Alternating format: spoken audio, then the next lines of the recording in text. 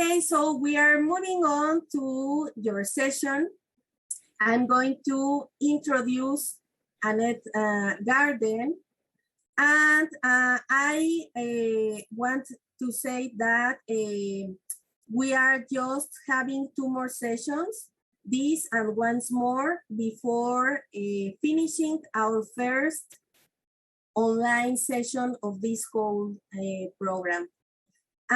So welcome everybody. We are in the 24th WSFS conference, World Conference from the Humboldt Carré in Berlin, Germany. And we are on the online program sessions.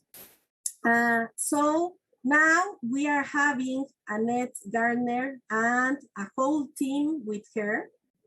And Annette has collaborated with philanthropic and nonprofit leaders, policymakers, and public agencies for over 3 decades to address complex problems. Trained as a political scientist at the University of Hawaii at Manoa, with expertise in foresight and healthcare policy. Her research and evaluation findings have been used to support implementation of U.S. healthcare reform, strengthen the healthcare safety net, build healthy communities, and advance evaluation of advocacy and policy change initiatives. Dr. Gardner has been a Foresight educator since 2007 at the University of California, San Francisco, and was a senior associate at the Institute for Alternative Futures. She has worked on a variety of alternative scenario projects, such as pharmaceutical R&D, information age, and chiropractic care. In 2019, Dr. Gardner co-edited a special issue of the World Future Review on Evaluation of Foresight with Dr. Peter Bishop. That initiative led to the launching of the APF Foresight Evaluation Task Force, of which she is the chair. Her research and evaluation findings, published in Health Affairs, Journal of Health Communication, Medical Practitioner, Journal of Healthcare for the Poor and the Underserved, and the Foundation Review.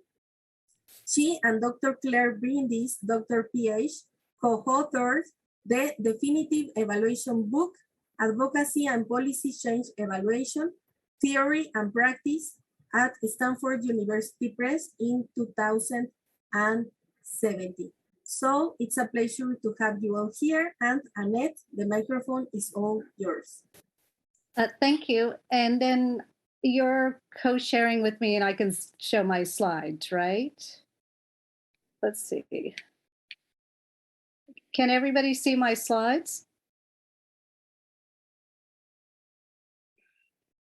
Yes? Not yet. No, not yet. Have you set me up as a co-host? You are able to share screen. Okay. You want to try once again? All right. That's interesting. You can't. Okay, hold on. Okay, here we go. I'm sorry, it's on me. All right, well, I'm glad to be here. I think next time I'll just write a bio that says I'm retired and doesn't take so much space and time to say. But before we start, I would like to introduce my co-presenters. And okay, I think, all right, can everybody see that? Okay. Are the slides showing up? Yes. Okay, great. All right, so except when I do this. Okay, so let me introduce my co-presenters for our session today. While I bring this up on my tablet. After myself, Dr. Bruce Tahn will speak. He is president of 3Cubed, a nonprofit research organization located in Knoxville, Tennessee. He is an associate editor for the journal Futures. His new book is titled Anticipation, Sustainability, Futures, and Human Extinction, Ensuring Humanity's Journey into the Distant Future, a very worthwhile read. The publisher is Routledge Press. He has over 3 decades of experience in evaluating the energy and non-energy impacts of U.S. Department of Energy and utility company energy efficiency and clean energy programs. He's also been quite informative in my thinking on the future of government and governance. Bill Lazier has been in forward-thinking roles for most of his career as an innovation consultant, futurist, or Foresight practitioner, startup advisor, corporate venture capital advisor, and industry analyst, researcher, director. Bill is currently director of innovation at the Capgemini Applied Innovation Exchange in San Francisco, where he helps executive teams lead from the future using innovation frameworks and foresight. You'll have to correct me on this, Bill, when you come on. Prior to Capgemini, Bill created Accenture's first and second futures program and client innovation platforms. I'm really delighted to be with these very capable speakers for today's session. And I'm just going to say a few words about it and then give the podium off to Bill and Bruce, because they really did the legwork on this session. So first, a word from our sponsor. This is under the auspices of the Association of Professional Futurists, which is a global community of futurists advancing professional foresight. And our task force and its activities are all really part about one of its aims to build professional excellence. So back in, as mentioned earlier, Peter Bishop and I edited a themed issue of the World Futures Review on foresight evaluation, a combination of cases and some how-to around methods and design. And we, in doing so, we kind of just acknowledged that there was a bit of a gap in both, the articles we recruited and the type of articles, that it just didn't seem like evaluation was being practiced across the profession. And we did some follow-up polling at a talk on evaluation of foresight and concluded that a significant number of practitioners did not have any foresight or any evaluation expertise, let alone evaluate their foresight work. So we were launched as the Evaluation Task Force in January 2021. We have up to 20 members. Some are core and some are ad hoc. It's actually a nice combination of APF members and World Future Studies Federation members, and a nice set of both foresight practitioners and evaluators, and some wear both hats. So our aims are down here to increase practitioner evaluation capacity, to both know how to do basic evaluation and incorporate it into their foresight work, to learn from it and see if it's been successful or not. We have a work group that is set up to look into appropriate foresight evaluation outcomes and methods, but overall we're looking to support high quality, effective foresight. We've been underway since January. We have 4 work groups, which are all producing or planning deliverables. You'll hear from work group 1 today, which is Bruce and Bill. It was talk about doing the survey, which was an effort to really drill deeper about what is the actual evaluation capacity and where do we go from there with that knowledge. Work group 3 is we are developing a curated bibliography and mapping out the foresight evaluation arena. Work group 3 is developing a compendium of tailored designs, methods, and outcomes.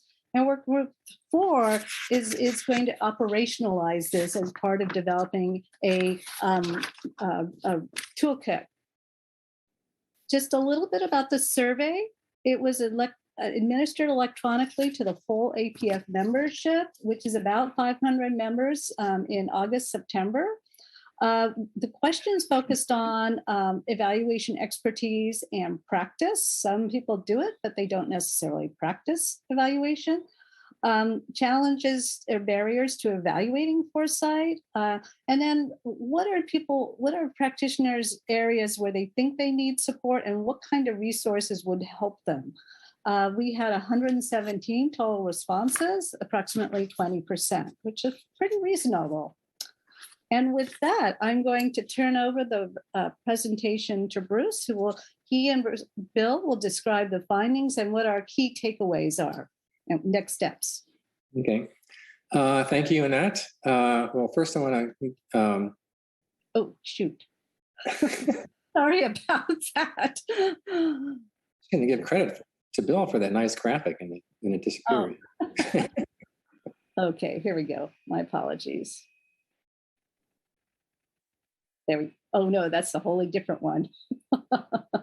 And we are recording. All right, there we go. Sorry. We've got it.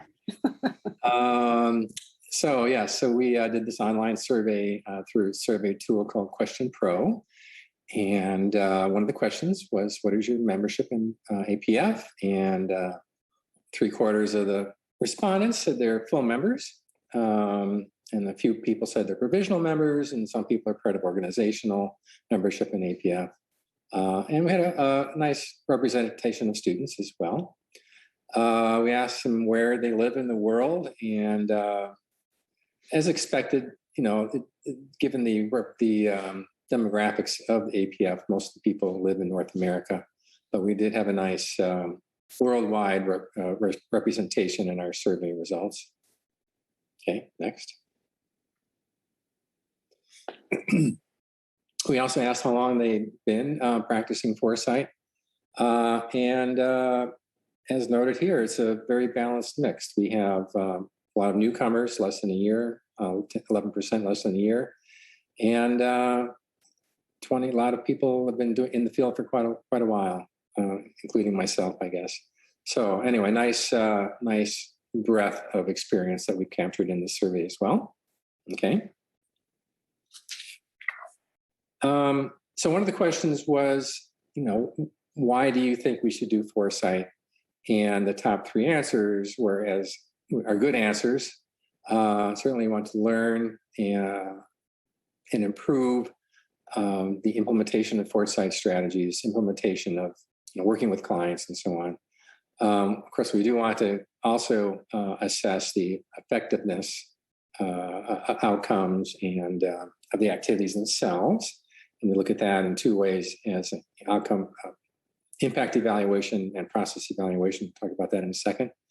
And also it's important to do the evaluations, to share these results with policymakers and decision makers so they can have a better understanding of the strengths and weaknesses of the projects that they funded.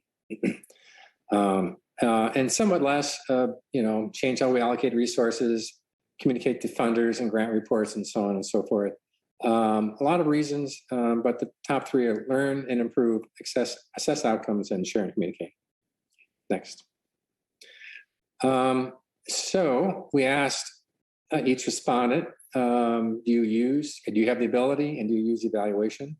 About a third of them said yes, they have the ability to do Foresight, and they actually do Foresight.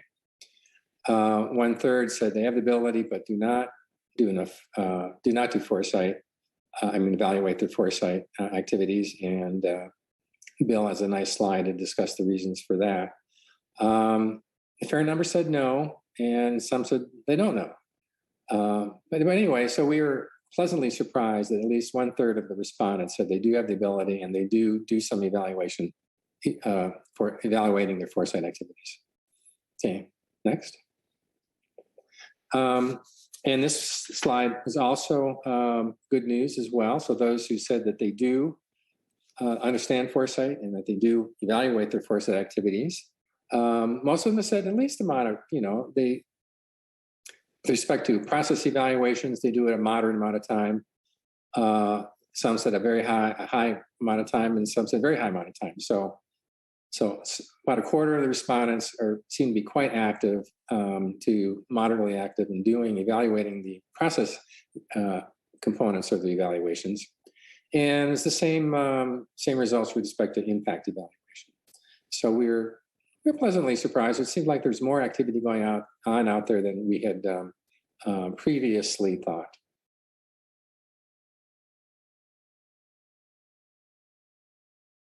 Okay, Bill, this one's for you. So thanks, Bruce. So this question was looking at what type of evaluation they want support by type, by Foresight type. And there's many flavors of Foresight, as we all know. The top three, which are very foundational to many Foresight practitioners, was support of Foresight trainings and workshops, working with alternative scenarios, alternative futures, and horizon scanning. And so that gives us a good idea of like where we need to start. And as far as providing, the help, there was a whole set of other kinds of Foresight. So we have to keep that in mind, as we move forward with the kind of support we want to provide. So I'll go to the next one.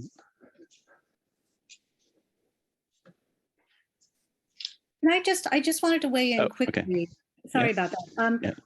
The good news also is that when it comes to evaluating trainings and workshops, we at least are starting off a base of education evaluation, of which there are taxonomies and models and tools and validated measures and the like. So that's the good news.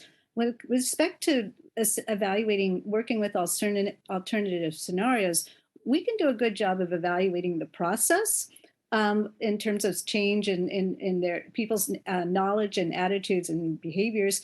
But where people get flummoxed is the idea that a scenario is 10 years into the future, 10 or more. And that is a long time horizon to evaluate for. So, and then environmental or horizon scanning, actually, I have not seen any evaluation literature articles about this activity. So even though we now know what's most important, it's so helpful because each of these may have a slightly different approach required to assess for process and effectiveness. Okay, I'll go on. Thanks, Annette. Yeah, it's always interesting because first you have to convince a client or a stakeholder, why do we need alternative futures? Why can't you just tell me one? But in this case, we're telling you alternative futures. So to the client, how do you say, well, how do we evaluate that we picked good alternative futures? And the same with horizon scanning. How do we know our trends and signals are good and powerful? So the next part is the biggest challenges. This is probably the most interesting, question because we get so much to get insight out of it.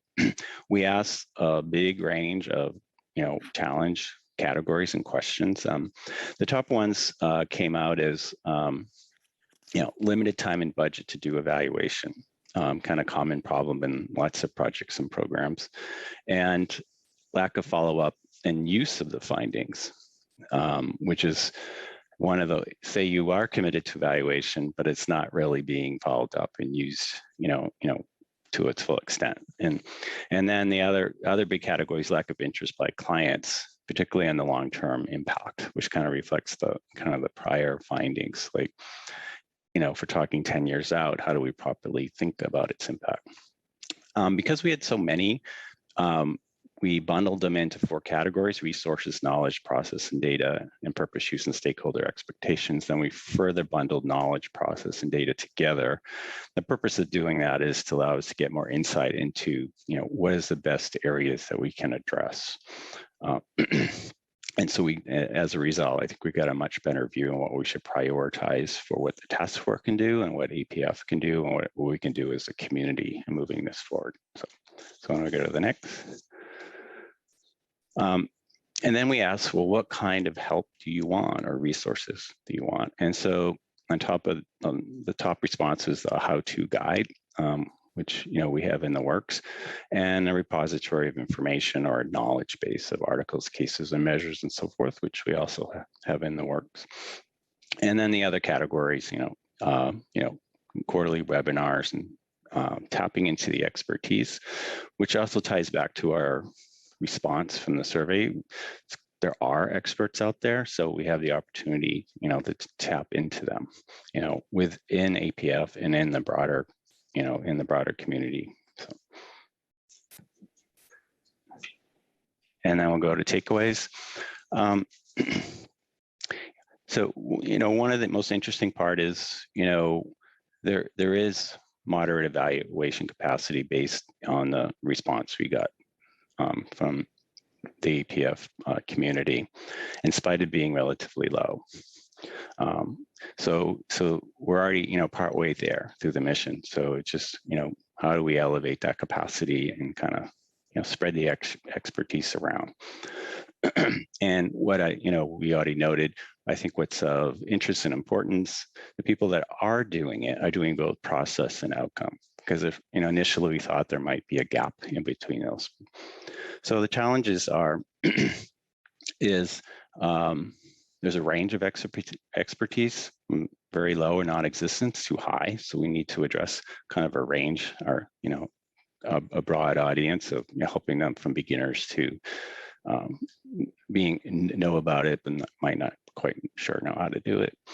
And another interesting part is that we need to keep in mind, it's not just important of how to do it, but why to do it. Do we need to be able to know how to better communicate with our stakeholders? This is why we need to do evaluation, how to engage them upfront and throughout the program, and particularly at the end of the program, to make sense of it.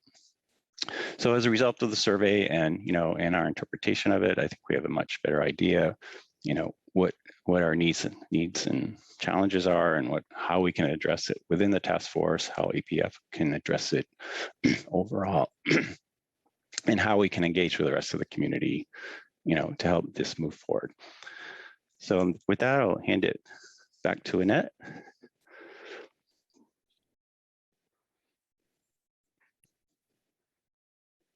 Thanks, Bill and Bruce. And again, I want to give them all the credit for the development and administration and analysis of the survey with some input from me, but quite a bit of input from the rest of the task force. We did vet it, and we've already previewed the draft findings with them. So this is very much a reviewing stage of our findings. I'm going to open it up for discussion, and I'll put us back into gallery mode so we can see each other. And I know Rick Davies has questions, so let's see if there's anything about the findings in particular.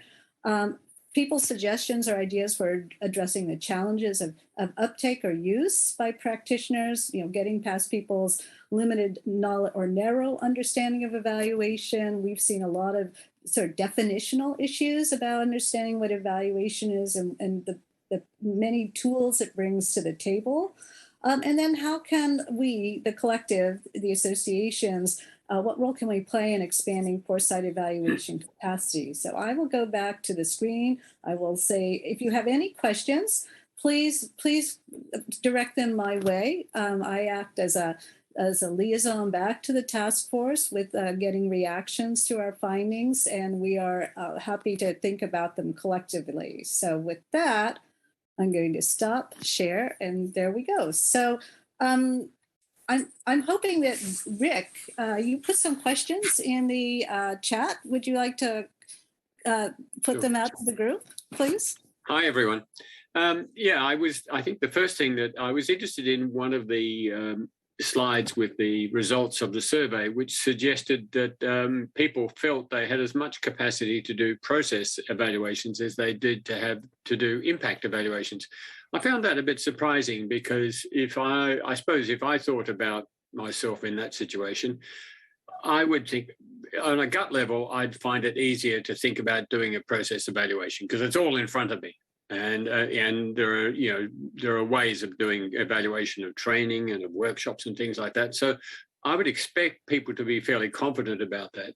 But when it comes to assessing impact, I would have thought people would be less confident and less experienced. So I was a little bit surprised about the equal amount of capacity in those two areas. So any comments from people in regard to this response? Well, let me just pick up on something you and I have been doing jointly, the curated bibliography, and Rick is also on the task force. And, that we actually, sort of to our surprise, found 7 or more of these evaluation frameworks articles. These are Giorgio and Keenan's article is often cited by the field, and where they actually include outcomes, recommended outcomes and impact. So we know people, we just maybe didn't know that there'd be so many in our population.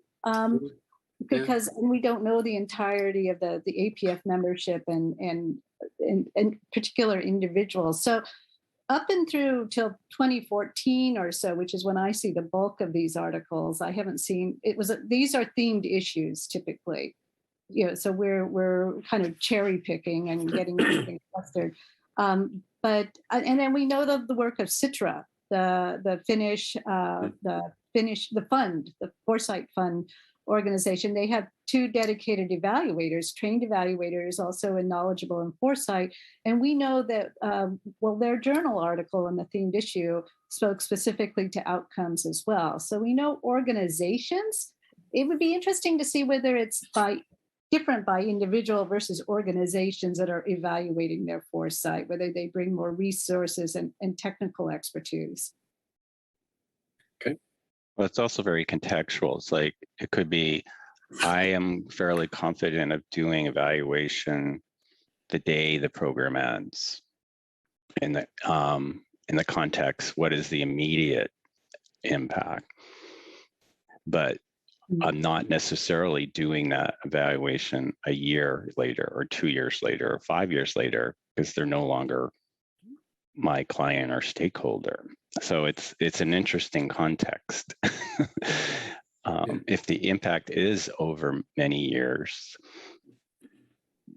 you're not, if it's whether it's internal, external, client or stakeholders, you're not necessarily, you haven't been engaged to come back.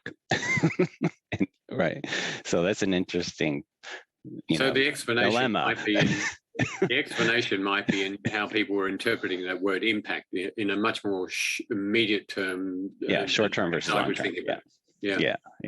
The other question is, there's another conversation going on within the Foresight community about making, not as establishing or surfacing foresight or future studies legitimacy as a discipline by showing, by getting our research base out and into the public. And this is and that evaluation as a way to demonstrate outcomes and impacts, which would take on questions about doing an experimental or semi-experimental design of hypothesis testing.